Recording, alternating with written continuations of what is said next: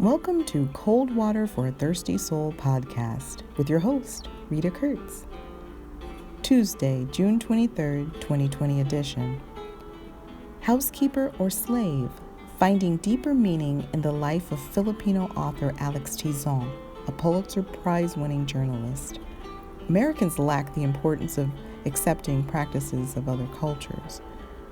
No other word but slave encompassed the life she lived.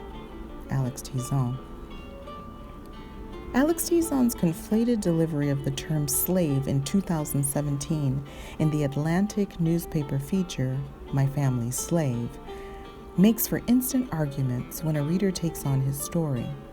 Tizon brilliantly lures his audience with his edgy slave title.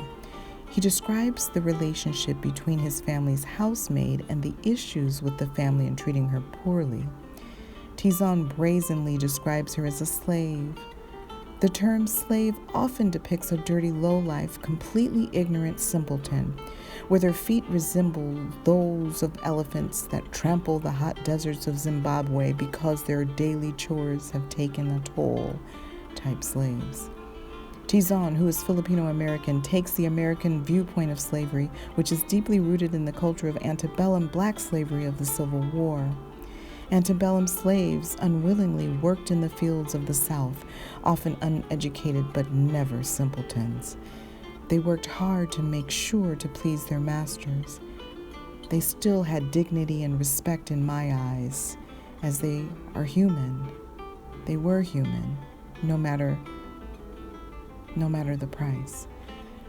In the Philippine Islands, slavery differs from African American experience because the domestics in the Philippines often want to work and become close family members. They hone their skills, educating themselves and working with their hands. Tizon struggled with the agreement his parents had with the housemaid, an indentured laborer. Through the lens of Tizon, his dearly beloved housekeeper was an alipin, a maid, o di ka Tomas Pulido, or Lola as his family called her. Lola is grandmother in Tagalog, the official language of the Philippine Islands. Alipins accept a social contract relationship between domestics and families, often misunderstood by Westerners. As a Westerner who lived in the Philippines, I discovered their feet that resembled elephant skin is necessary, as most natives walk around through the dusty streets of the island barefoot or wear Jesus-type sandals.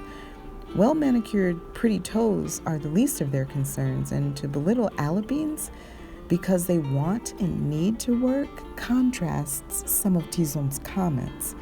Alipins sweep the floor barefoot to toughen the skin on their feet to carry on the day's workloads.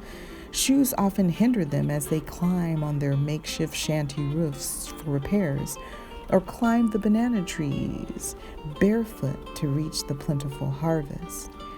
Alipins are humble people that are grateful for work and satisfied to take on their chores. A lot of them may lack formal education, perhaps past the 8th grade, but they are the most skilled, innovative, and crafty workers that I have ever seen. The title, byline, and last name sparked my interest as I figured he was Filipino. This piece resonated with me because I had lived in the Philippine Islands. The opportunity to understand and learn about the culture opened my eyes to the acceptance of indentured servants. Tizon had a difficult time accepting his parents' indentured laborer. However, Tizon's mother's rude behavior toward Lola was harsh, insensitive, and unacceptable, making a reasonable argument for Tizon's title and storyline. Working as a housekeeper is one thing, but treating her like a slave is yet another. I'm Rita Kurtz. You can follow me on Twitter at Rita Kurtz. If you haven't done so yet, follow me on YouTube at Rita Kurtz, the Rita Network, to hear more interviews and podcasts. Go to Instagram at I am Rita for daily photojournalism moments. If you already subscribe, please comment and like. We welcome your feedback. It helps new members find the show. We would love to hear from you. Remember, always be a beacon of light in the darkness and cold water to a thirsty soul. This podcast hails from Beverly Hills, California. Rita is a graduate student at Harvard University.